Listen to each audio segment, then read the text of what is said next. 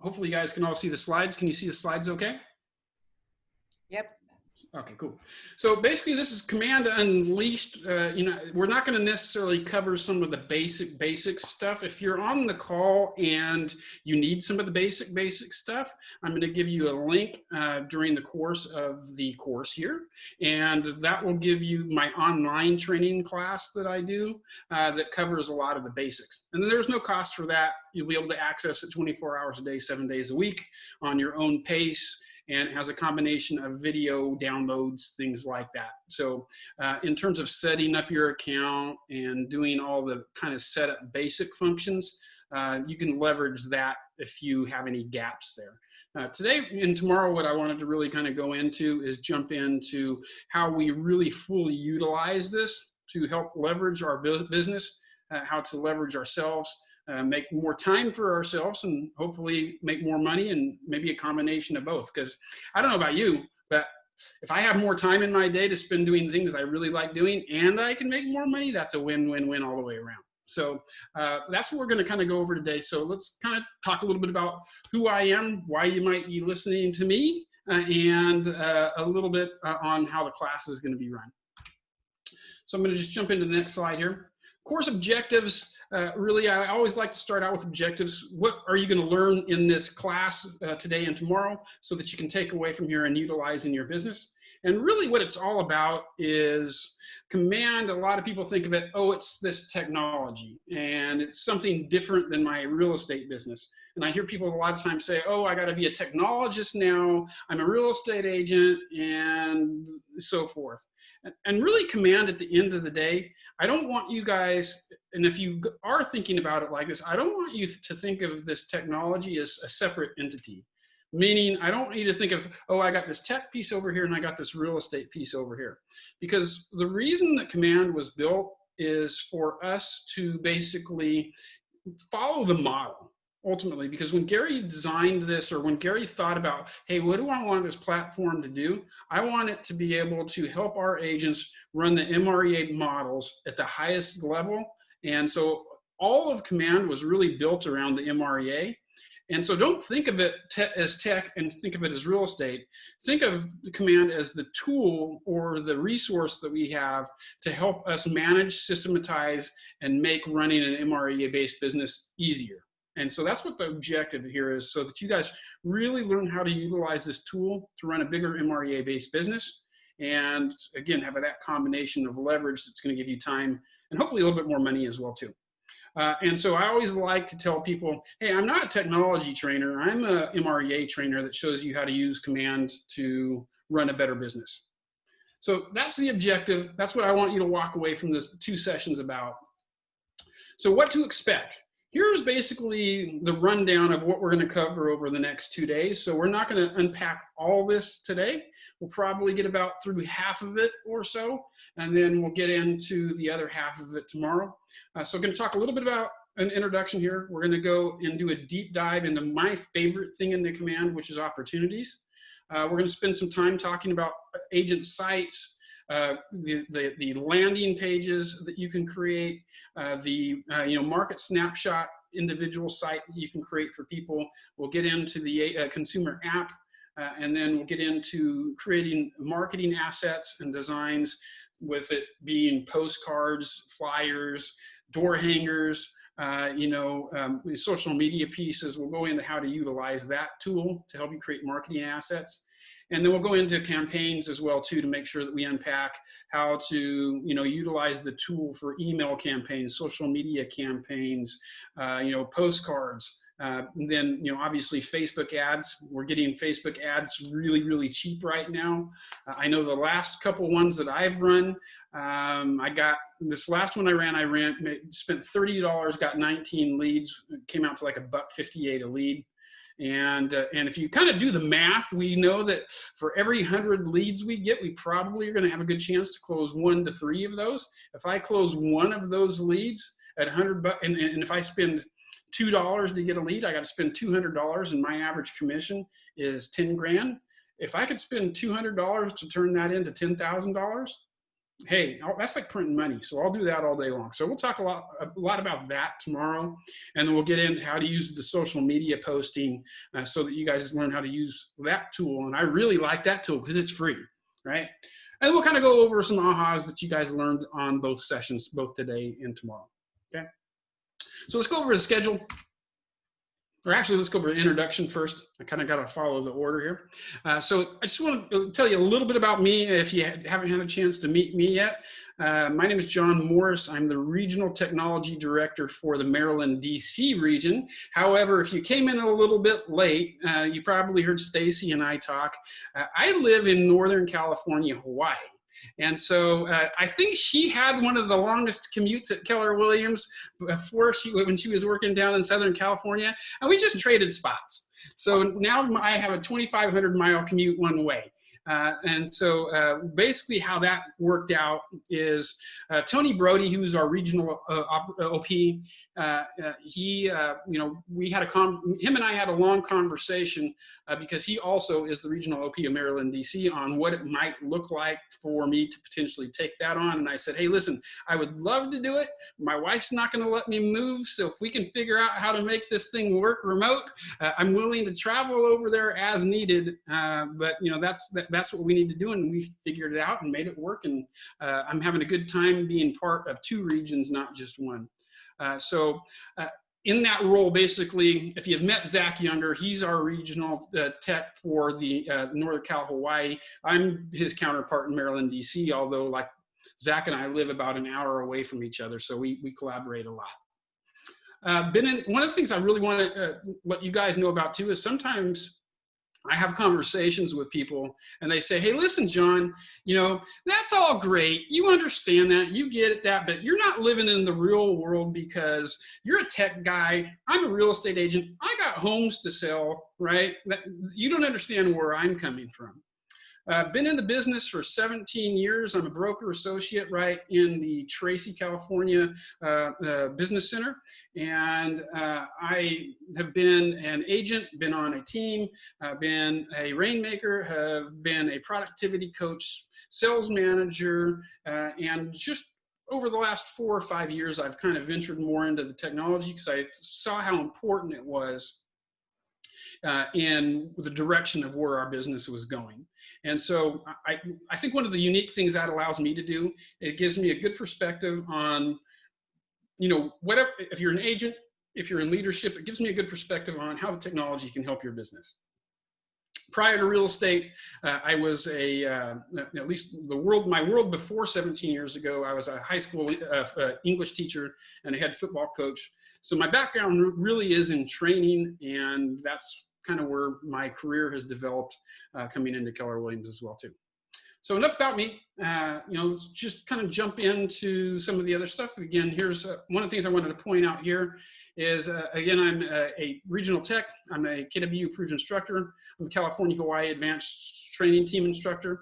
I do trainings for Florida educational system and Carolina's educational system as well too. I'm actually on the NorCal Hawaii Tech Leadership Council to assist Zach with stuff here in Northern California, Hawaii. And then I'm a broker associate in 2 market centers. I belong again to the Tracy Business Center in the Valley. And then I also am part of the Santa Cruz Market Center in Santa Cruz as well too. You can take this down if you need to get a hold of me. Always happy to answer questions anytime, especially to my home region here. It's John Morris, that's JOHNMORRIS at KW.com. And then you can also find me on my website, which is really easy to remember. It's john.kw.com. And then you can also find me on Facebook as well too. Feel free to friend me. I'd love to see what you guys are doing. And I always like making new friends. All right.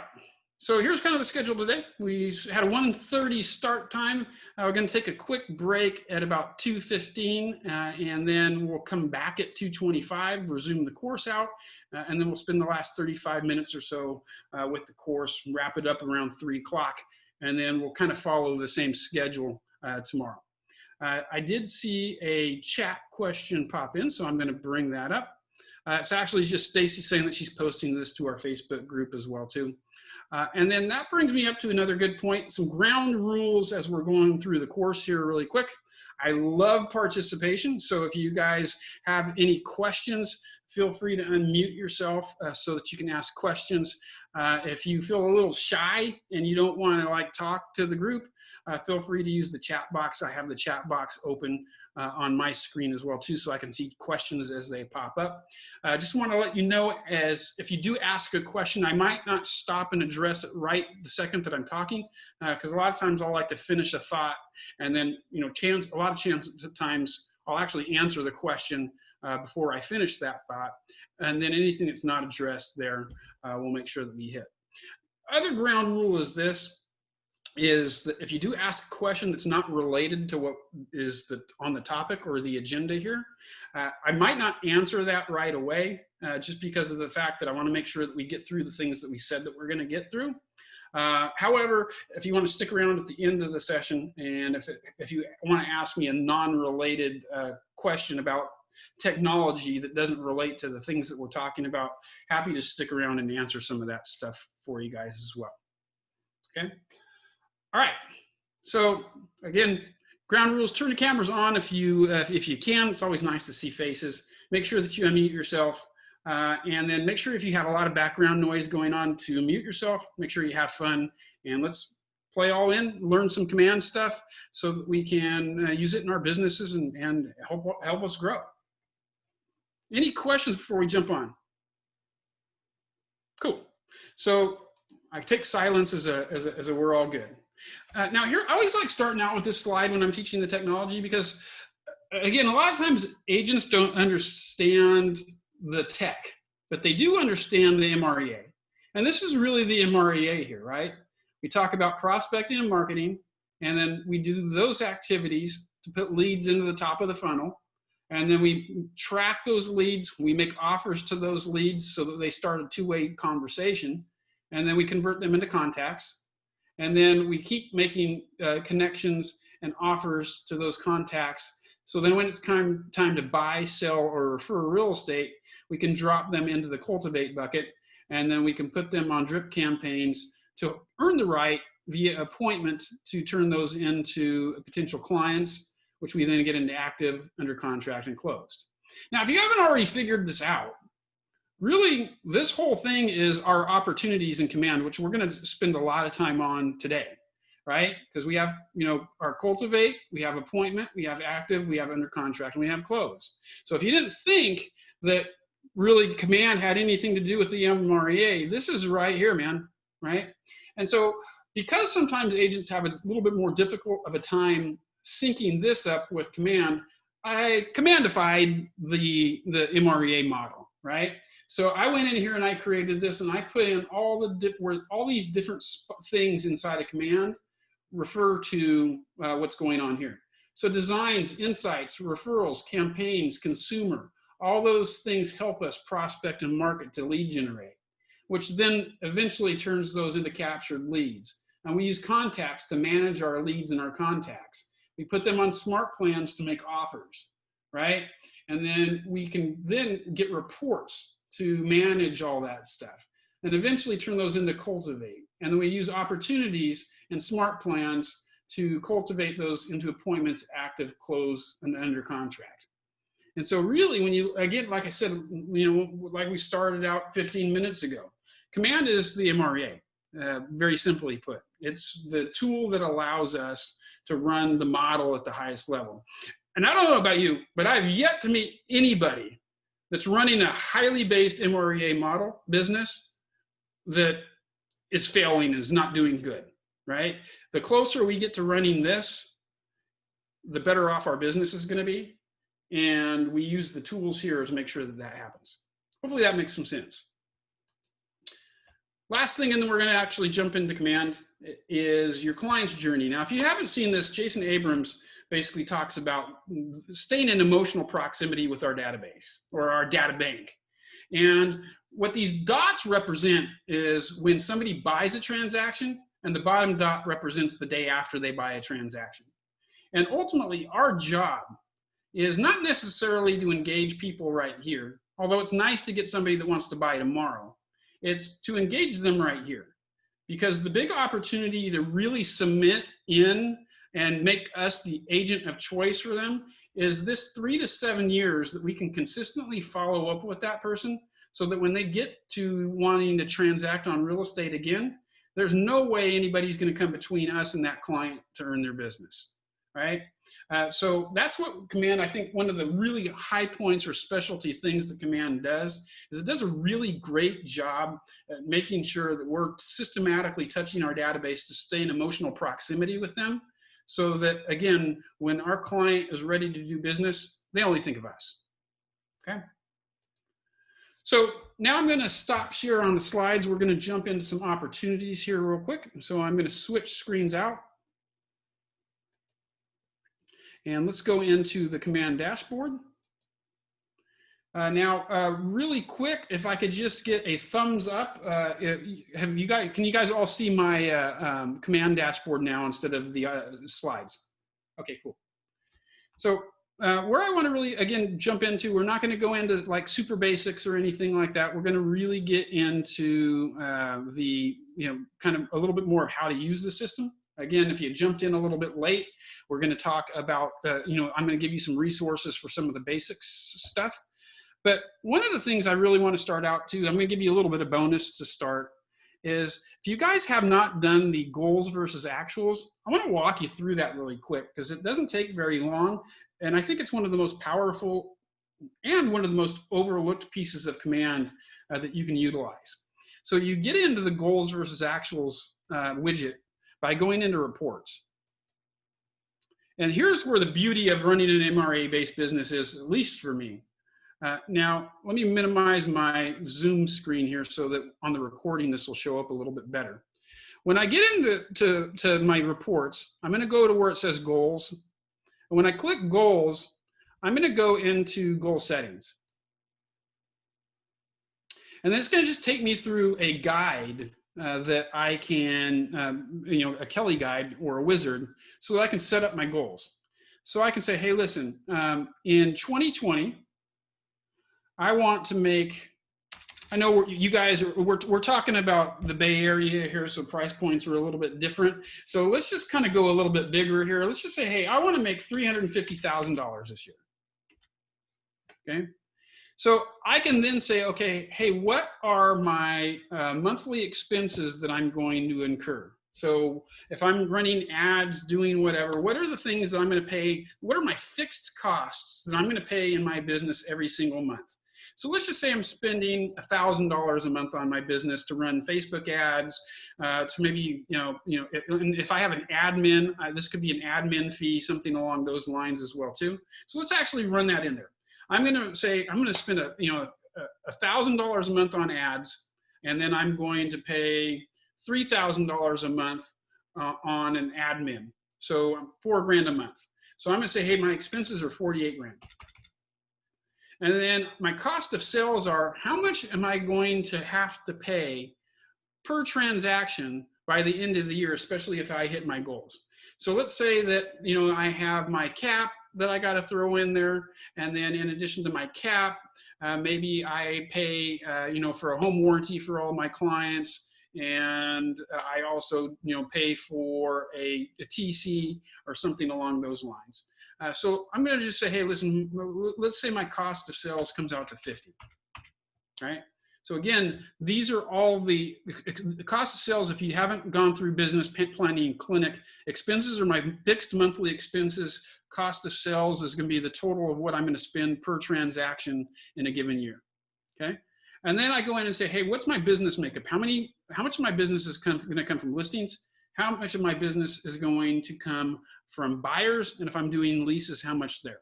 And then I can say to myself, hey, what is my average price per unit? So let's just say that, Bay Area, it's $1 million price point. So let's say I make $25,000 on a listing, and I'm going to make $25,000 on a buyer unit. So, and then I don't do leases, so I'm not going to throw that in there. So if I want to make, if 98,000 is going to be what I'm going to spend on my business, and I want to make 350, I'm going to need to make 448 in order to, gross 350 or net 350. So then all I do is click next. And then this is going to take me through basically my conversion ratios. Now, if you know your own conversion ratios for each one of these things, you can plug your own numbers in here. If you don't know, you can go with what the industry defaults are, which is plugged in here by default, right? So I'm just going to go click next. And then one of the great things too that I want to bring up is as we're utilizing the system, eventually the AI is going to start kicking in and it's going to read our conversion rates. And then it's going to be able to plug the information in here for us automatically so that we really truly know our numbers. So I'm going to click save and continue. And that's really all there is to it, right? So I complete this and then let me show you what's the magic in that. So I'm going to go and I'm going to click to get out of this guide. And now I can go back into the goals and I can see the goals on the reports page or right on the dashboard. I'm going to just go to the dashboard here real quick because I like looking at it here. So right on the dashboard, I can see, hey, here's what I need to do. My goal, I need to hit 448 in order to clear 350. So based on a $25,000 average commission, right? In order to make 448, I'm going to need to sell 18 units, right? And then based on my conversion rates that I had plugged in order to get 18 units, I'm going to need to put 24 into contract because I'm going to have some fallout. In order to get 24 into contract, I'm going to need to get 119 appointments based on the conversion rates from appointment to getting in under contract. And to get 119 appointments, I know I need to get 398 leads. Now, what's awesome about this is a lot of times I'll talk to an agent and they'll think, 448, that sounds impossible. That's a lot of money, man. But then think about it like this. If the number is 398, I'm going to show you some magic stuff here.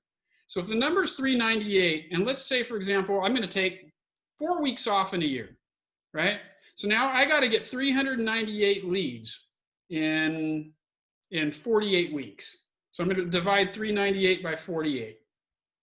That's 8.29 leads a week divided by 5 days. That comes out to 1.65 leads a day.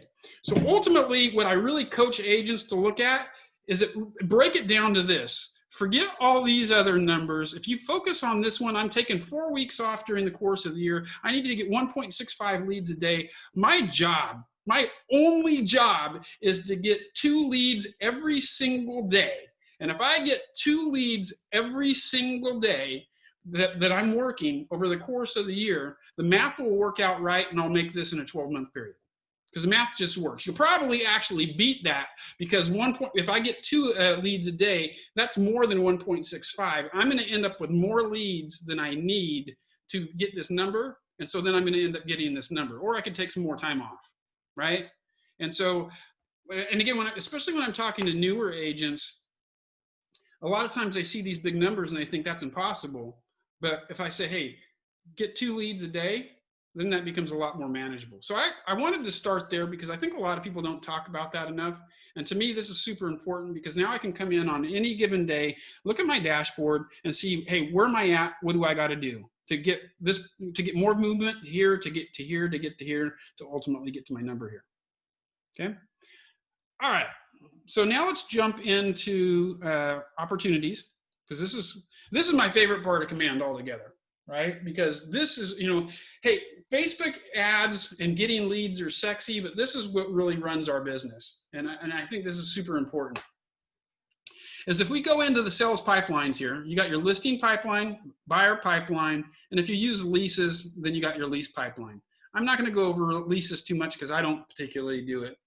But ultimately, what you got here is in this pipeline, we have 5 different phases. We have the cultivate phase, we have the appointment phase, we have the active phase, we have the under contract phase, and we have closed.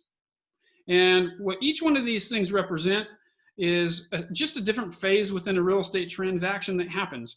And I don't care if you're in California, if you're in Maryland, if you're in another country, you're either getting leads, you're getting appointments on those leads, you're working with them or you're not, you get them into contract and then you close them, right? So these don't change. And so we can't really customize the phases because those represent just everyday phases that happen in real estate transactions. However, I'm going to show you this in a little bit. What we do inside of each one of these phases, we can customize those. But before we get into that, like I said, I want to kind of go over some of the pipeline stuff because I think that's really important. Is when you start putting in your opportunities into your pipeline, you're going to notice a couple things. You're going to see that you're going to get a potential income here, and you're going to get a probable income here. Because as I'm creating an opportunity, so I'm going to hit create opportunity really quick. As I'm creating an opportunity, I can select which market center I belong to if I belong to multiple, if it's a team or a personal one, if it's a listing or a buyer or a lease, right? Who the owner of it is. I can search for my clients in here, and then I can basically create a name for the opportunity, add tags, put an estimated close date, and then here's where the income comes in. I could put an estimated listing price and what my estimated commission is going to be. And then once I do that, it's going to generate a dollar amount. Now, the difference between potential income and probable income is this. A potential income is if that lead, $400,000 property, 2.5% commission, right? I'm going to make 10 grand, right? That's what I potentially could make. Probable income is going to be not what I could make, but what I'm likely to make depending on where that opportunity is at. So let me show you. For an example, if I go into Cultivate, and I got a brand new lead that comes in that I put into an opportunity, the system's going to say, hey, John, you got about a 5% chance to close that. And so even though this particular deal here, right, is worth $60,000 commission, I got a probable income of $3,000 because it's only giving me 5% of that money. Now, the more I move this over, right, so for example, I move it from watch to nurture. Now it's saying you got a 7% chance to close it. And as I move it to hot, now it's going to say, hey, John, you got a 10% chance to close it. So I started out at 3,000. Now, right now, it's worth 6. So as I go back out to the section, as I'm moving people from spot to spot, the probable income is going to start to increase, right? And here's one of the things I want to point out to you guys too. I'm going to take a second here. Is when you look at this, right, one of the important things to keep in mind is I talk to a lot of agents that'll sit there and say, hey, John, I only put an opportunity in when I got an active buyer or seller because I need to start making sure I put the documents in. Huge mistake, right? Because ultimately, if we really want to treat our business like a business, and we need to be able to forecast our business and be able to see what we might have coming up. That way we can make better projections. When we make better projections, we can make better business decisions on how we can spend our money, where we spend our money, and what our income potentially looks like. Because I don't know about you, but a common thing I hear from agents is I'll say, hey, listen, Joe, how's business? And 9 times out of 10, one of the responses I get will be something along the lines of this. John, it's real estate. It's up and down. It's up and down. And that happens a lot, except when I talk to people who are really treating their business like a business, because they know their numbers. They know what they need to do to create not consistent business, but business that actually grows. And this actually helps us do that. Because if I look at my pipeline here right now, I can see, hey, I got 11 under contract. I know within the next 30 days to 45 days, I'm going to be pretty solid because I'm going to be closing quite a bit of deals.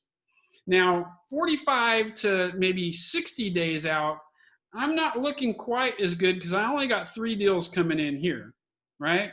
And then I look at 60 to 90 days out or 90 to 120 days out, man, I only got 2 people that I'm even close to getting an appointment on.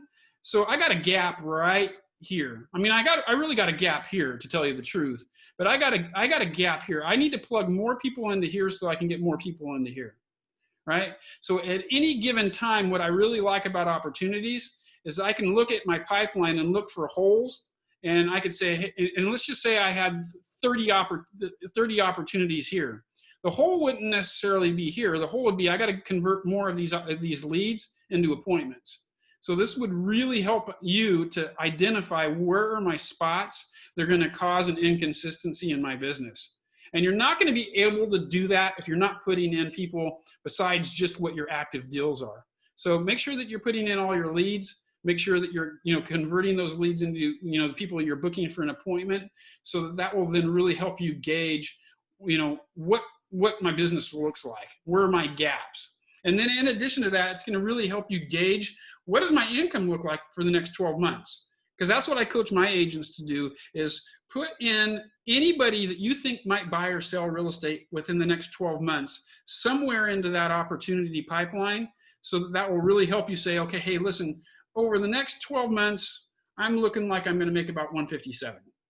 I could make 242 based on where everybody's at right now, but it looks like I'm going to make 157. And then you can do that for your listings, and you can do that for your buyers and leases if you want to. And then a couple other of my favorite things here is if you look at ratio, we always say that, you know, the 3 L's, right? Listings, leads, leverage. And if I want to follow that model, I want to be able to say, okay, hey, listen, I want to have more listings than I want to have buyers. And then I can really quickly at any time look at all my opportunities and say, what percentage of my opportunities are listings? What percentage of my opportunities are buyers? And then I can say, yeah, you know what? I'm following the model pretty closely here. Or if these things were switched and I was 33 on listings and 63 on buyers, I could say, hey, listen, I'm going to take it because I mean I can make, you know, good money either way. I'm just going to work a lot harder. I need to maybe switch up my marketing a little bit because I've gotten a little too far out of whack on my ratios, and I need to get more listings. And then I can look right down here and it'll give me the number combined to my probable income, combined to my potential income.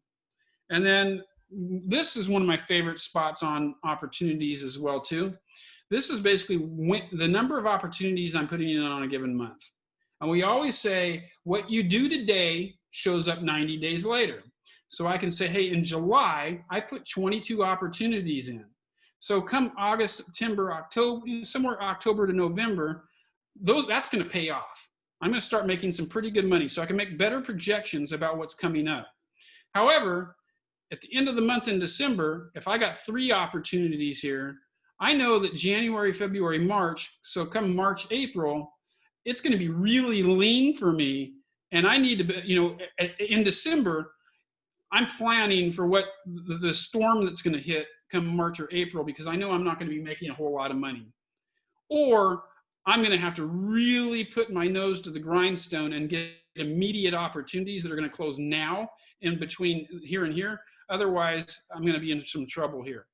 So this will really help me gauge when and where I should spend my money, and it'll really help me adjust for ups and downs in my business. And then what's really neat is that after I do this for a couple of years, I'm going to really be able to start making projections about my business and say, man, I constantly, every year I'm having a dip right around here. What can I do to make sure that I don't follow into that next year? So maybe I can up my, you know, my prospecting game there, or maybe I can adjust my spending and maybe put a little bit more money into that there. Or I can just completely go the other route and say, hey, listen, I never do any business in January, so I'm just going to take a vacation anyway. That'll be a good time. So that will help you see that. And then, you know, all the closings that you got for the month are going to show up here. Okay. So that's the dashboard. A lot of really cool stuff there that you can do. One of the other things on the dashboard I want to show you is this, this gear icon. If I click the gear icon, I can go into settings. And what I can do with the settings is that if I want to be able to do client updates, which I'm going to show you that today as well too, I can automate sending out client updates to my consumers. And so like, let's say, for example, I create a checklist item on the completion of home inspection.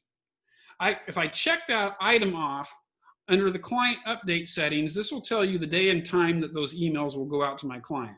So for me, whenever I do a checklist item, and I'll show you checklists in a little bit, but whenever I do a checklist item, the next day at 8:50 in the morning, any checklist item that has been marked off will then send a email to the client and any co-clients, right? And then basically here's what the email looks like. So it's going to say, John Smith, we are checking things off the list. Here's a summary of the tasks completed for 5507 Historic Lane, Bellingham, Washington. And it'll list your checklist items right here, and it'll show the checklist things that have been marked off. So that's how you set up the day and time and the frequency and who the checklist items should go to, right inside of the opportunities there. which is really awesome to me because ultimately now this creates more leverage for ourselves because we're not going to have to communicate or directly communicate with our consumer as frequently because we're leveraging the system to do a lot of that stuff for us. Okay. And again, if you came in a little bit late, create an opportunity, pretty simple. Just hit create opportunity and put all the information in there. Okay. Any questions on anything that we covered so far? I want to stop because I've been doing a lot of talking and I want to give you guys a chance to talk if you have any questions. I think I must be doing something right, or I've either put all you guys to sleep because if I'm not getting any questions, then I'm going to take silence as a yes. Okay. All right. So now let's kind of show you, and again, if you came in a little bit late, we're going to take a break in about 7 minutes. So before we do that, I just want to show you how you can start setting up your sessions. So I'm going to go in, say, for example, to active. So in each one of the phases, you have different stages. Now, you have default stages that are already in there, and you can utilize the default stages. However, if it doesn't make sense to you, or if you like to run your business a little differently, then you can do that. So I'm going to show you how you can set that up. So under active, I have pre-marketing, staging, showing, negotiations, and then a couple other ones here. So I got negotiations, and then this legacy is just old dot loop loops. So I don't really utilize that. If I want to change that, I can go up to the top here where it says edit stages. I'm going to click that, and then it's going to give me all the stages that I have in here. So if I want to reorder a stage, hey, I want staging to come before pre-marketing. I can reorder it by clicking, holding, and dragging. If I want to move it back, easy to do that. In addition to that, if I want to call this something different because this doesn't make sense, I can hit the edit button pencil and I can change the name of it and I can change the probability scores. Because again, the probability is the likelihood I'm going to close, which is going to equate to a dollar amount. Now, if you don't know what the probability should be, easiest way to do it for me is this. If I say, for example, I want to do staging, my probability at pre-marketing and showing, so like let's say that this one didn't exist, right? So I'm going to move this to the bottom for a second. I wanted to create a staging one, right? So if I create the staging one, I want to know what I should do for probability because it's giving me a 0 probability score. So what I do is I say, hey, listen, if I'm doing 50 and 70, right? Anything I put in between here, I'm going to bracket it and put a number somewhere between 50 to 70. So for example, again, if I'm going and creating staging and I want to create that for the first time, I might say, hey, listen, instead of a 0, I'm going to say I got a 60% chance to close the thing in there because now I'm bracketing in between the two. So that's what you can do if you want to edit a stage or add a stage. For probability, if you don't know what to put, just bracket it in between the two numbers that are already there. And then, so once if I want to add a stage, I can add a stage. If I want to edit a stage, I can edit a stage. If I want to delete a stage, I can delete a stage. Now, one of the things I want to point out too is that if I want to add a checklist item, right, either onto a stage that I created, or if I wanted to edit a current one, right? If I want to add a new stage, you just add this checklist items from here. If I want to edit a current one, then I can go into these items and I can edit these links. So for example, for me, under pre-marketing, I wanted to make sure that these things happen. So I'm creating these checklist items. So I want to order a lockbox, order sign, order all print marketing material, make sure that I mail postcards out, and I create a single-use property website, right? And then I got these client update things. Now, do I want my clients updated when all these things happen? So if I don't want them updated, if I don't think they necessarily need to know, right, then maybe I leave it blank. If I want to make sure that my client knows what I'm doing, then I say, hey, I want my client to know that I ordered the lockbox. I want them to know I created or maybe I don't need them to know that I created the marketing materials, but they got mailed out. And I want them to know I created their website. So when I'm creating these checklist items, if I want client updates to happen, then I can check those off right there. And then I just hit save. So now you can see that those items have all been added there. So we got three client update items as well. So now I can go through here, put in all the stages that I want to, that make sense for me and my business. So for me, pre-marketing is kind of a no-brainer, but sometimes I do luxury homes. And so I wanted to make sure that I put a staging thing in there, because some homes that applies to, some of them don't, but I want to make sure that I go in and put staging in, because I do stage some homes. And then showing is when I get something on the market. Negotiations is when I'm negotiating a contract. So for me, what makes sense to my business, those are all the different stages I'm going to take a seller through when we go from signing the listing agreement until we get into contract. Okay. And then these are all the checklist items that need to happen for each one of those stages. So now what ends up happening is, once I've created this, anybody that I put into pre-marketing is going to get these things. So like, for example, I'm going to move this one back over here. So I got Jose. These are all the items that need to happen for Jose as I'm going through here. So as I'm going through Jose's transaction, actually, I'm going to just take Jose back real quick. I'm going to say he's a new lead. So we're going to start him off in Cultivate, and I'm going to just run this really quick for you.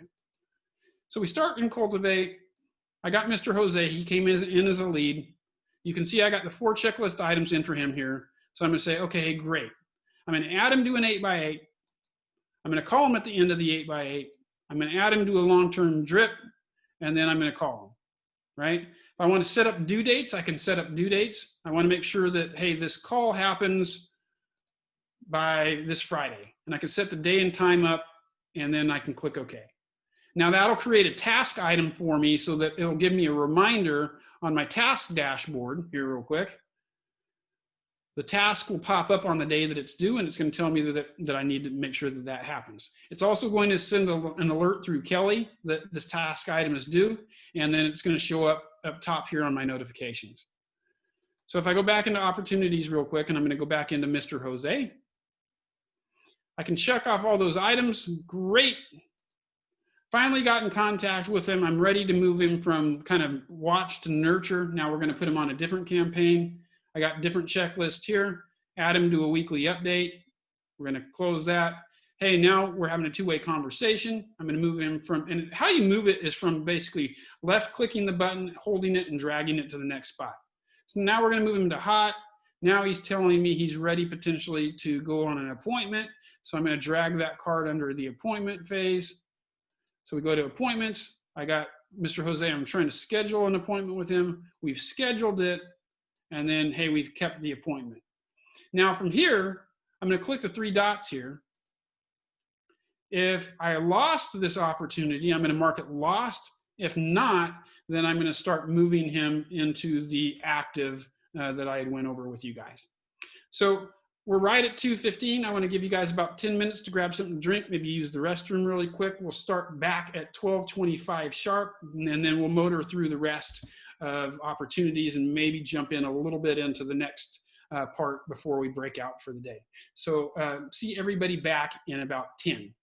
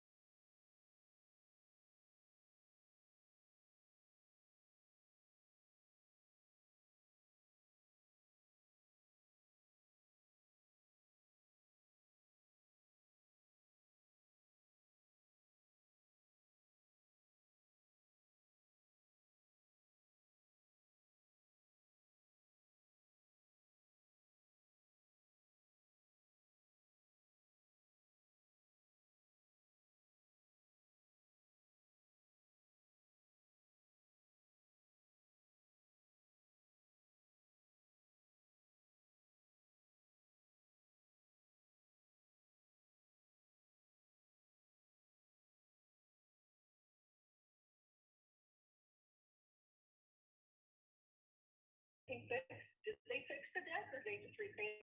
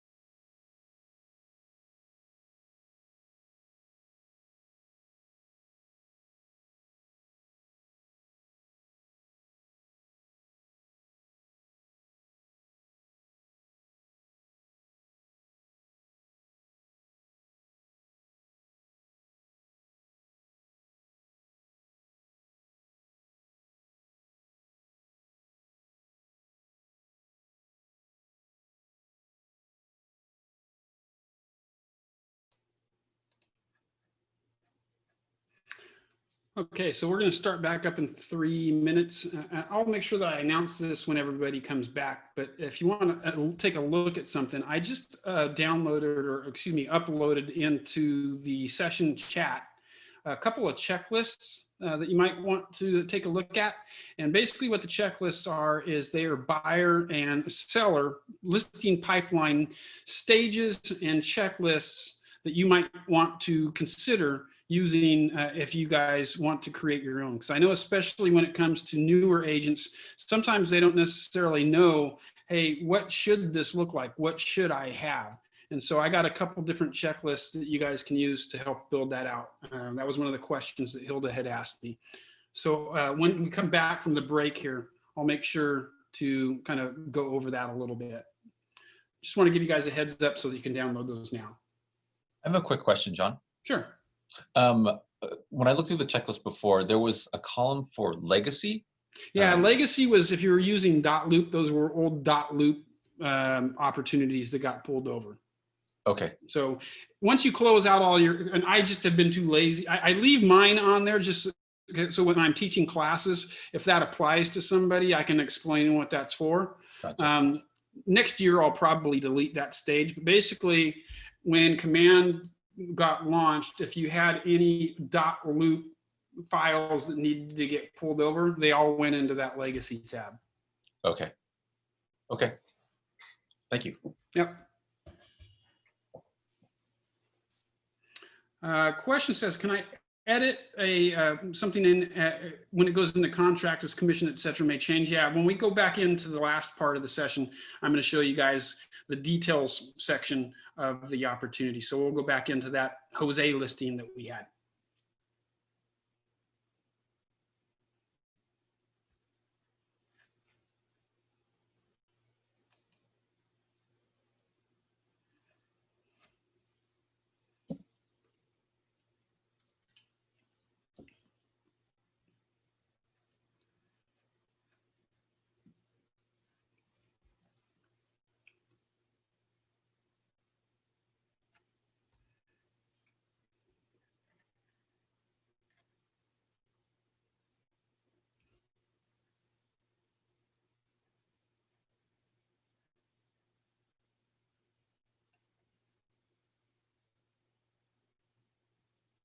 Okay, we're going to get started in another minute here or so, and we'll kind of get rolling with it.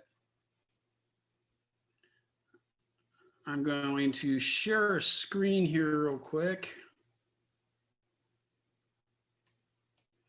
Okay, so we're back. 2:25, got about 35 more minutes. One of the things I wanted to show you guys today is, again, if you're just coming back, I mentioned this in the chat box. I uploaded 2 PDFs for you guys to take a look at. One's a buyer checklist, one's a seller checklist. And I can't take credit for this. This was a really good Market Center tech trainer that's a friend of mine down in Southern California. He worked with his productivity coach. And they came up with, hey, what do we want all of our new agents, what are some stages that they can create? What are some checklist items in each one of their stages that they should think about setting up? So I like to give this out during all my classes. By no ways am I saying, hey, this is the way that you should do it. This is just the way that you could do it if you wanted to. So the way that they had set this up, and this will just give you some ideas, especially if you're a new agent or even if you're an existing agent, here's some things you might want to consider when you're customizing your stages and your checklist inside of your opportunities. Is under cultivate, they had 3 stages: watch, lead, nurture, lead, hot lead. These are all the checklist items they put into each one of those things. And then under appointment, they had scheduled, initial, and contact, and then they put in all these checklist items here. For active, they put in searching, showing, negotiations, and here's the checklist items they put there. Under contract, they put open escrow, inspections, appraisal, and financing, clear to close. Here's all the checklist items they put in for there. And then for closed, here's all the checklist items that they put in to make sure that they wrap up the opportunity really well. So if you need some ideas or some inspiration in putting your buyer's stages and checklists together, you have stages, you have basically percentages that they put in as well too. And then you also have the checklist items for both buyers and sellers inside of the chat box. So feel free to download those and use those as you see fit when you're building yours out. Okay, so I'm going to close that tab so that we can get back in. And then here's one for the listing checklist as well. So I gave you both for listing and for buyers. And then let me go back in to share in command here real quick. So we're going to go back to command. Now, one of the things that was asked is how do we edit any of the information about the potential deal? So as I had said, Mr. Jose, we kept the appointment, right? I can go into details, and I go into details by doing one of 2 things, right? If I want to double click the name, I can do it that way. Or if I click the 3 dots or the ellipses, I can hit view details. Either way, it allows me to do the same thing. So if I lost the opportunity, maybe he said, John, I'm not going to hire you for some reason, then you can toggle that to create a lost opportunity. And then that will then count against my numbers. Now, I know some people are like, man, I don't want to sit there and I want to fudge my numbers because I want to look really good. Don't do it. Nobody is seeing this information other than you. And it's better to know what your real numbers are so that you know your conversion rates, so that it allows you to know, hey, what do I need to do to hit the income that I want to hit, right? So if you lose an opportunity, somebody doesn't become one of your clients, and then you can toggle that. That'll help you with your conversion numbers, right? If you do become, if this person does become an opportunity, and now he's going to become my client, I can go into documents, and under documents, I can start a transaction by hitting start transaction. This will sync up to a DocuSign room so that I can sync those things up. My market center is going to have all the documents that I'm going to need for the listing. So here's all my listing documents. Once we go into contract, I'll be able to get the list of documents I need to add to close this file out for my contract documents. And then once I get the documents from the title company at close of escrow, I got my closed list, and I can click close list, and I can make sure that I add all those documents under the closed list there. It looks like a question popped up, so I'm going to go into the chat here real quick, which for some reason my chat's not showing up. So it's not always our own technology. Let me go back here real quick. I'm going to stop share real quick to see what happened to my chat. So it says DocuSign room does not apply to us, correct? Not necessarily. You can use it if you want to, right? So I'm going to go back to share screen here real quick. I'm not going to get into that today because that's not really our technology. But if I wanted to start a DocuSign room, right? I can start a DocuSign room, and I can do one of 2 things. Is I can either do a DocuSign room and do everything through DocuSign. However, the state of California, right? doesn't necessarily allow, or doesn't allow our forms inside of the DocuSign room. We have to use zip forms, right? And so what I want to bring up here though is if you wanted to utilize DocuSign rooms because you just like that better than say maybe zip forms, DocuSign rooms does allow a zip forms integration. So even though my forms don't exist in a DocuSign room, I can create a DocuSign room, sync my zip forms account to my DocuSign room, pull all of those forms over from zip forms and be able to access them through the through the zip forms that way. That's not the way I like to do it in as far as being in California myself. I'm used to zip forms, so I just use zip forms tools. However, this is what I do is that zip forms doesn't integrate directly within Command. And so again, I'm not going to go into DocuSign rooms today because that's not what this training is about. Although I'll put together some resources for you guys. And actually, I have to take a look, but I got a video because I'm a certified zip forms trainer as well. And so I did a class for my region the other day on the zip forms to DocuSign integration.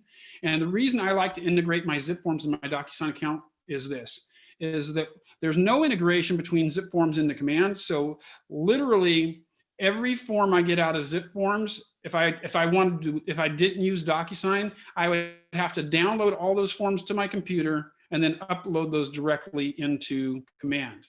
Now, by having a DocuSign room integrated with zip forms, I could then sync all the forms from zip forms into that DocuSign room without ever going really into the DocuSign room, except for maybe once or twice. And then at the end of the transaction, when I want to add a document, I can click Add File. I can say I want to pull that from my DocuSign room, which got all the documents that I needed from zip forms. And then I can say, hey, listen, I need the residential listing agreement. I can click that here, click Assign, and then now that will then, DocuSign becomes the conduit as far as the go-between from syncing up basically zip forms into Command without having to download the forms, if that makes sense, right? So I can send you guys a video training on how that works. Like I said, I don't really want to cover that today. But that's, you get all your listing forms in here, all your contract forms in here, all your closed forms in here. Then you can submit to the Market Center for compliance review. Everything is good to go. Then you're clear. If they return anything, you'll get a notification through here that you got some forms you need to fix. Then you just fix those forms, and then you can resubmit and get cleared for that. So that's great, right? I'm going to go back out to the appointment here. So now I got all the listing documents signed. I can move Mr. Jose to active. We go in here and we can go from active to staging, right, to showing. We're going to move him over to negotiations because we got some offers that came in. Now I'm going to go and click in here for a second because I wanted to show you a couple things here, right? So let's say that we didn't get everything that we wanted to get. So I'm going to go in here to general information and click the pencil. And originally I had said, hey, listen, we were going to take this listing at $1 million at 3%. He didn't agree to 3%, so I'm going to change it to 2.5. So I can go in here and change the commission rate there. But we did list the property at $1 million, right? So now I can click Save. So now that is going to change that commission from 30 grand to 25,000. I can go in here and make sure that I got all the property information in correct on the listing. Or if it's a buy side, I can then add the property that we're putting an offer on if I wanted to. And then under seller worksheet, I'm going to always do this because I'm going to show you some really cool stuff. Okay, we're going to change this to 2.5%. We're going to change the, for buyer side, we're going to do 2.5 for the sell side. And then we're going to estimate there's going to be about another % in closing costs. The guy's mortgage balance on this $1 million property is 250 grand. He's got a $50,000 second, and he's got prorated taxes of 10 grand, right? No HOA. I'm going to toggle this show net on offer comparison here, and then I'm going to click save. Now what that does is pretty magical stuff. I'm going to go in through here, and I'm going to click offers now, right? Because we got some offers in, we got on the MLS. So I'm going to just take out one of these offers here real quick. So I'm going to say, hey, listen, I'm going to remove this one just to show you how to add an offer in, because this is really cool. So I'm going to go and say, I'm going to add a new offer in. I'm going to call it Davis offer. Hit create. Now I'm going to put, I can change the name if I want to. I'm going to say, hey, the offer date came in today. Close date is estimated to be on into next month. And then we're going to go to parties. And then I'm going to put in Jim Davis as the buyer. I can put in as much information as I can. I like to put in as much information as I possibly can. And here, especially on buyers, and here's why. Is I might think, hey, this person's not my client. I don't really care what his email and his phone number is and his address is, all that good stuff. Here's why I want to try to find that information. The NAR stat says 87% of buyers say they would use the same agent again, but only 11% do. And the reason is because their agent didn't follow up with them.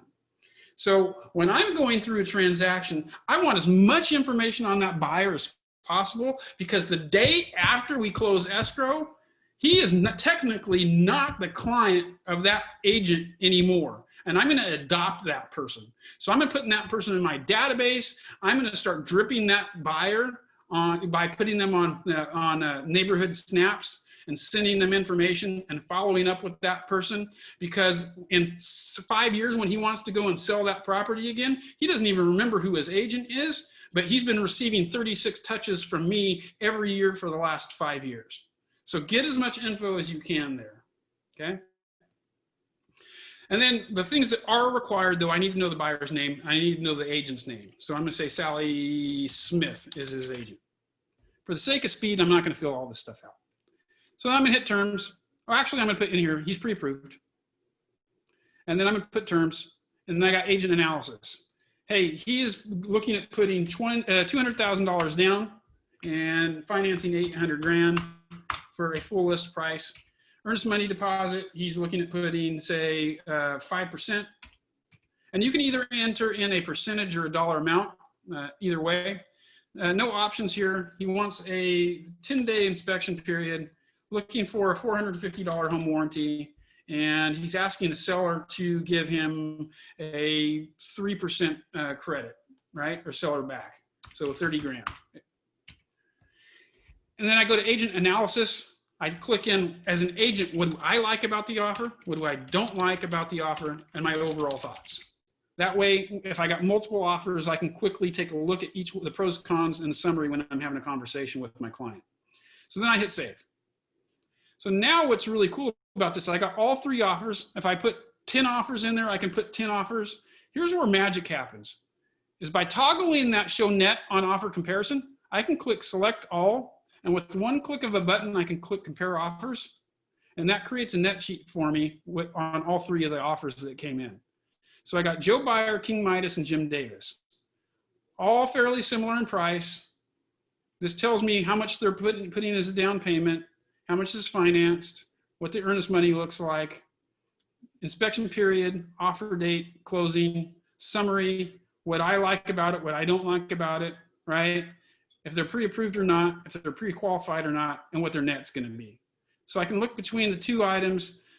Okay, this one's a cash deal. It's going to be a little bit less. These 2 are identical as far as that goes in terms of that. And then I can look and see, hey, which one seems like it would be the best for me? All things being equal here, I could say, hey, listen, maybe I don't like the fact that this guy asked for a seller credit, or maybe I like just cash. So I can basically, what I can do with this now is I can download this. So I can basically email this to my client, right? Or I can print it out and take it with me when we go to do our, our review of the offers. Then I can go back into offers, and then maybe the client says, hey, listen, I like that one from Jim Davis here, because I know he's got a good agent. Maybe I recommend to him that, hey, his agent's a really good agent, but hey, in our market, that concession's just a little bit too steep. So I can say, hey, listen, we're going to go in here and we're going to say, let me click change response on that one. Okay. So we're going to go in here. We want to counter Jim Davis here real quick, right? We're going to say, hey, I want to go in. I want to edit or add negotiation. We're going to put in counter 1. We're going to click next. And we're going to say, hey, this is all good. I like this. We're going to go to parties. This is all fine. We're going to go to terms. What I didn't like is I didn't like the settlement cost. I'm not giving you a seller credit. House is worth $1 million, and I got other offers on the table that aren't asking for this. So maybe I wipe this out, right? And then I go back into agent analysis if I want to modify this at all. So maybe I say, hey, I'm eliminating the credit that I didn't like, not like the credit, because now he changed that. So now we can hit save. We can see that that's been changed as far as that goes, right? And then I can say, okay, hey, listen, I want to reject these two. I want to accept this one because he accepted the negotiation.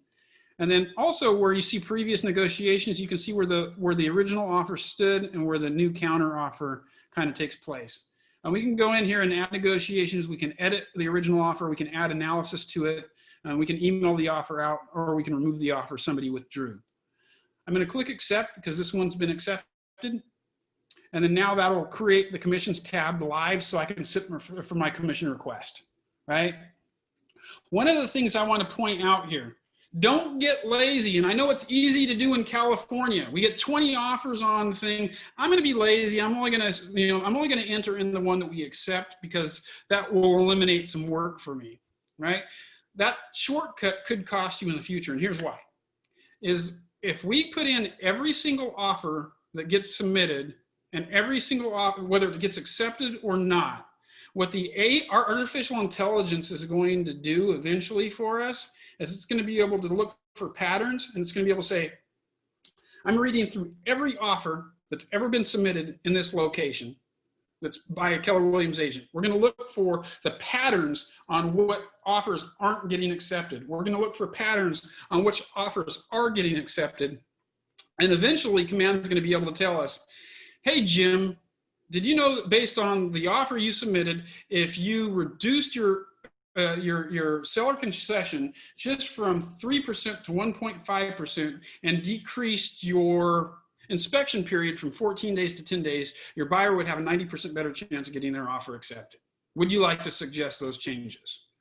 This is going to be able to tell you and make really, really awesome analysis for you on how to improve your buyers' chances of getting their offers accepted, and by having your sellers basically accept smarter offers from buyers to get them the most money as well too. To me, what that's like, it's like going to Vegas with your computer or your phone and having your phone how to make bets.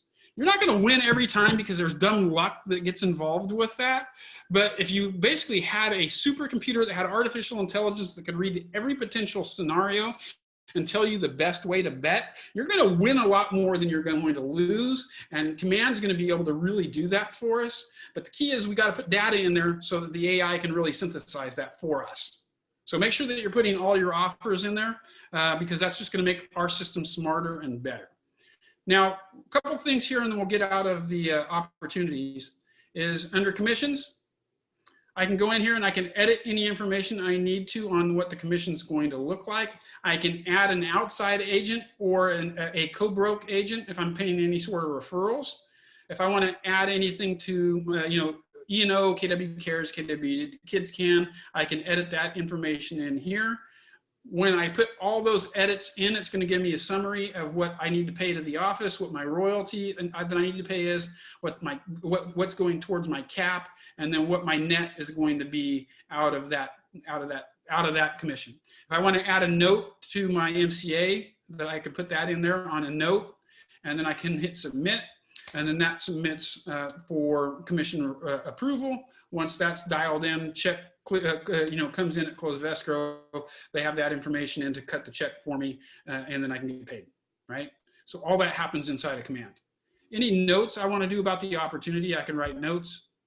And then what's really nice is for compliance, anything that I do to this opportunity gets put into a timeline, right? So literally any correspondence I have with this opportunity goes into a timeline. So if I ever get a compliance review request from DRE, all that stuff will show up in here, right?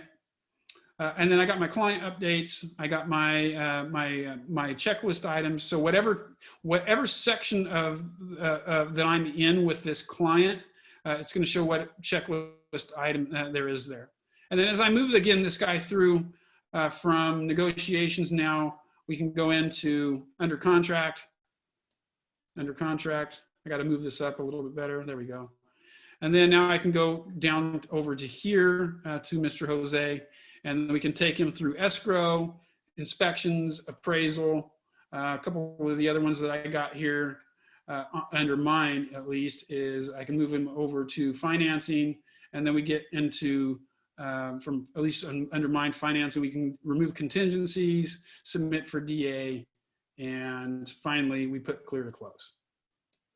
And then now this is gone again from this 25, and again, the whole while we're moving this, now we got a 95% chance at closing this. So my probable income has increased substantially from when we started with this particular person, okay? In addition to that, we're not going to get into team stuff because we don't have a whole lot of time for that. But with teams, if I'm creating opportunities in a team setting, I can assign opportunities to members of my team. I can do team discussions so that I can have, dialogue back and forth between my team members on what's going on with an opportunity as well too. And a lot of really robust things that can happen with teams inside of opportunities so that we can have really good, clear conversations with each other about what's going on. The only other thing I wanted to show you guys in opportunities is the seller profile. Under seller profile, I can see if the client has downloaded my consumer app and registered me as their agent on here. And if they have the consumer app, which we'll get into tomorrow, I'll show you guys how the seller guide works and how you can interact with the guide and with the opportunity here. Because the guide in the app, I can set up, hey, here's my buyer guide, here's my seller guide, here are the steps that I'm taking you through with the opportunity. And as we're checking things off, whether I'm checking them off inside a command or they're checking them off inside of the app, in real time, me as their agent and them as my client can see what is happening and what's going to happen next. So that you can access that through the seller profile here, okay? Any questions about opportunities that you guys have? Okay. So we're going to go into for the last 12 minutes here and see what else we can knock out today before we end stuff out. So let me see if there's how much time we got versus what I want to go over onto this next slide. So let me go into present here, see where we're at. Actually, that's what we're going to do next. So we're going to go into the app here really quick because sites will take a little bit longer. I could probably knock the app out in about 10 minutes. So we'll make sure that we get that covered today, and then we'll get into the sites tomorrow. So let me stop my share here.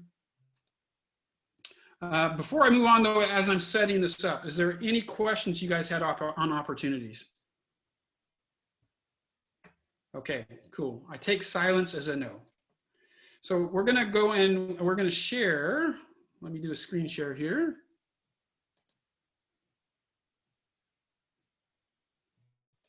Which I don't know.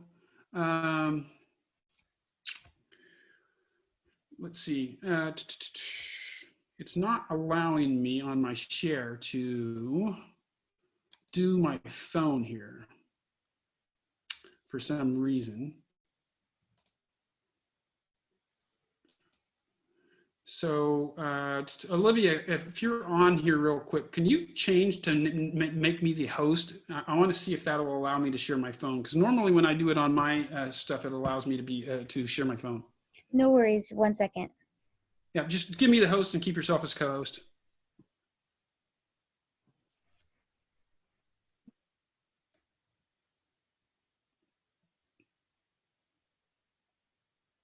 Okay, cool.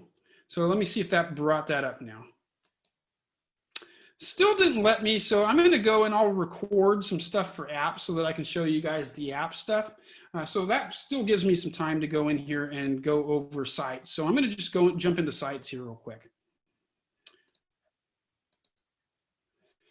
So we'll make sure we get the app stuff covered tomorrow. So under sites, what I want to do first, because I know that we got 10 minutes, so rather than going to the website, I want to go into the single-use property sites, because I can knock that out in 10 minutes pretty easy. So let's just say you take a listing on, and you want to create a website for the listing. I'm going to show you how quick and easy that you can do that, and it's pretty awesome. So what I do here is I can go into consumer and I click the consumer button. And when I click the consumer button, I want to hit create a new site. So if I hit create a new site, I'm not going to do my agent site. We'll go over this tomorrow. I want to do the standalone page because I just want to create a website that's just about my listing. So I'm going to click that. I'm going to hit create page. Now, what I need from somebody, just so that we make this class a little bit more local and you guys participate a little bit, somebody, if you would do me a favor, in the chat box, put a listing that you currently have. Now, hopefully, we have some people that are listing agents and not just buyers agents. So I want to make sure that we have a listing that we use that's a little local, so that we can show you guys how cool this is. So if somebody could, in the chat box, just put in a listing that you guys have.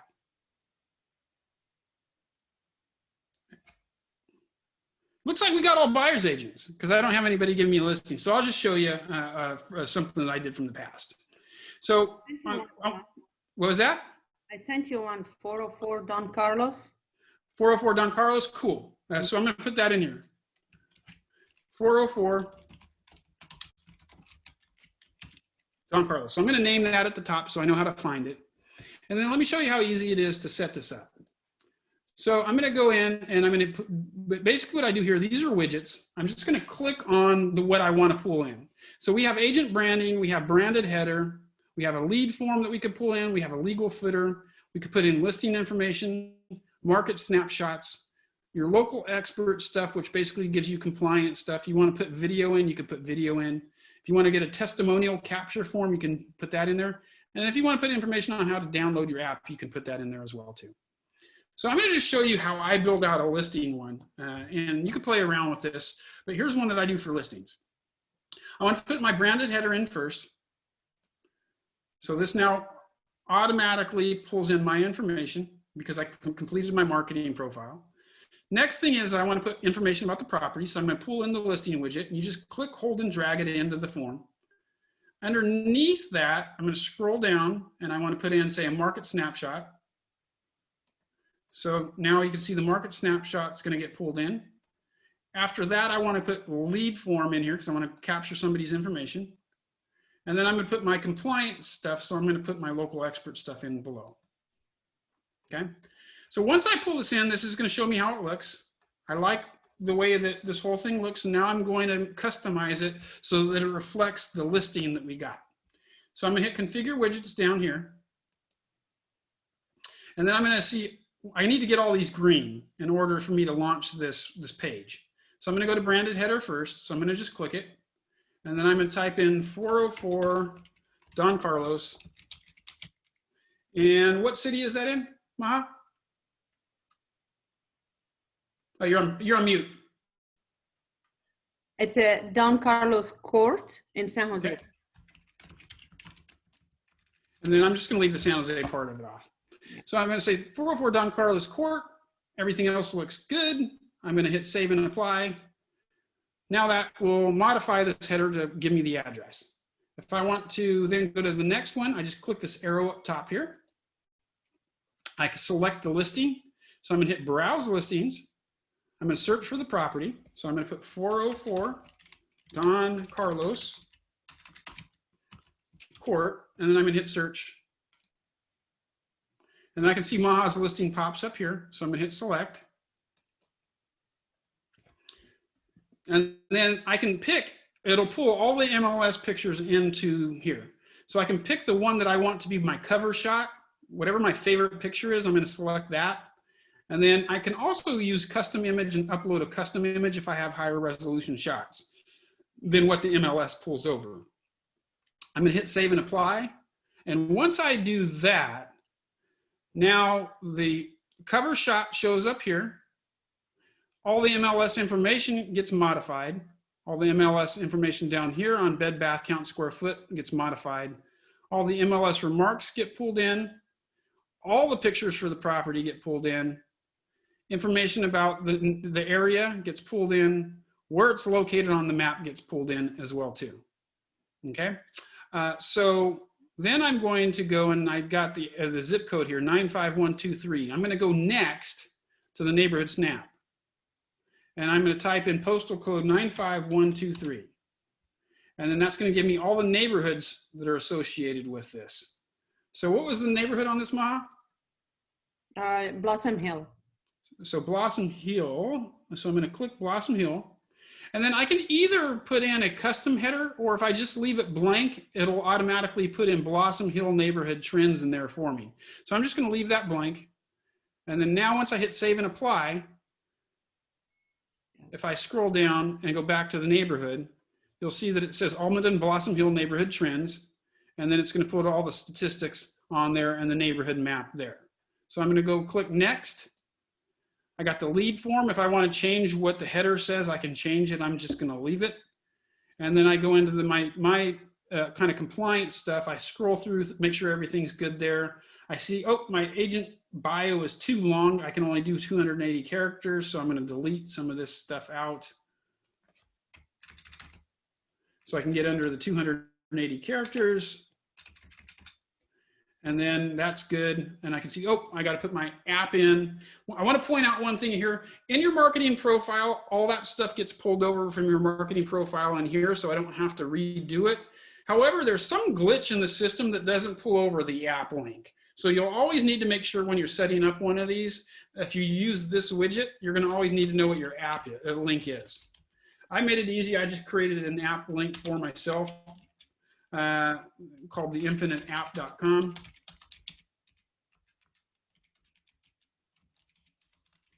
So I can put that in, I hit save and apply, and then I'm good to go there. So now I can click this back arrow. And when I click that, you can see that all my widgets now have a green button, so I'm good to go. So I'm going to just click done. And then now, if I want to edit this, I can edit it in any way. And I can save this for later. Or if I'm ready to get it launched, I hit publish page. And now it's going to ask me, do you want to launch this? It's going to become visible after this. And I click yes. And now if I wanted to launch that, this is now a live website. Now I took a little bit more time going over this because I was explaining this, but once you do this a couple times, you can get it down to the point where I can do one of these web pages in under 4 minutes. And what's cool about this, it didn't cost me anything. And in under 4 minutes, I can go from nothing, a blank canvas, to having a website that's on the internet now that I can now start to utilize for marketing. So let me show you what that looks like. So I'm going to click the link, and this is a link to the website. And I don't know about you, but this does not look to me like a website that was created in under 4 minutes that was free. And now I can use this for a variety of things too. So I can wow my sellers because I'm sitting at the listing table trying to get them to sign a listing with me, and I can show them in 4 minutes. I can have a professional website built out for you, and we can be launched onto the internet, getting the most buyers as quickly as possible for you, Mr. and Mrs. Seller. This is what I can do for you, and this is how fast I can do it, right? The other thing I can use this for, I can post a link to this to my social media pages. I can run an ad around this and make this the landing page to that. I can email this link to all the agents that are out there to show them this new listing that I got. I can email this link to all my buyers that are in this neighborhood or interested in this neighborhood. So there's a lot of ways we can use this to market to our people, to market to new people, and to wow our sellers too. One other thing that a lot of agents are using this for is an open house register. I'm going to basically, rather than give you a paper copy of a flyer, I'm going to hand my iPad to you when you walk through the door. I'm going to ask you to look through this to get the information on the property. And then I'm going to ask you to sign in on my online register to basically sign my open house register. With the promise that if you do that, I'll send you all the information on this property and information on the neighborhood as well too. Beautiful thing about this is at the end of the open house, rather than having to pick up my signs, put them in my car, go back to the office and upload or input the 20 leads I got at my open house into my database, because nobody wants to do that on a Saturday afternoon, right? And by the time you wait until Monday or Tuesday, it's so late already anyway, you want to make sure that you get this done as fast as possible. Somebody enters in their information on this form, it automatically goes into command. So now they're already there. So now I don't have to enter all that data entry stuff. They're already in command. I can get them on a smart plan right away, and I can really start building that mind share out with my people so that I prevent them from engaging with another agent and I win more business. So we're right at 3 o'clock. Any questions about today? Any ahas that you guys have about anything that you've seen? And is there anything in particular that maybe wasn't covered today, that maybe wasn't covered on the agenda that you would really like to see me cover tomorrow? All right, so it sounds like when I ask you guys to give me a score on my evaluation, I expect to get all 5s because I'm giving you guys a chance to hammer me right now and ask me what you want. So I want to give you that chance to do that. So Robert, John, go ahead. can I ask you something? Absolutely. If I am a new agent and then I don't have a listing, can I borrow other agents and then do a preview or market it for them through my Facebook? 2 things. Make sure that you're always following any compliance issues when it comes to your local board, which I don't think your local board minds that. However, the right thing to always do is make sure that you ask permission from that agent if you can borrow their listing to do that. And I know that most agents are usually pretty happy to accommodate a newer agent on doing some of those things. So just always ask for permission first. Don't just go out there and take somebody's listing without getting their permission first. Okay, thank you. A couple other questions. Robert asked a whole new training on DocuSign. So yeah, we can do some training stuff on DocuSign. So I can set something up with Stacy on that if you're interested in that. And then I have some videos on some of that stuff too. I'll get you guys some video resources tomorrow though, right? I'm not going to give you the video resources today because I want to make sure you guys come back tomorrow. So I'll give you guys all the resources tomorrow. Okay. And then it says, can you email the website you create a consumer website? So I'm not really sure what you mean there, Grace. Do you want me to text you the link for the website I created in there today? Give me a little bit more clarification.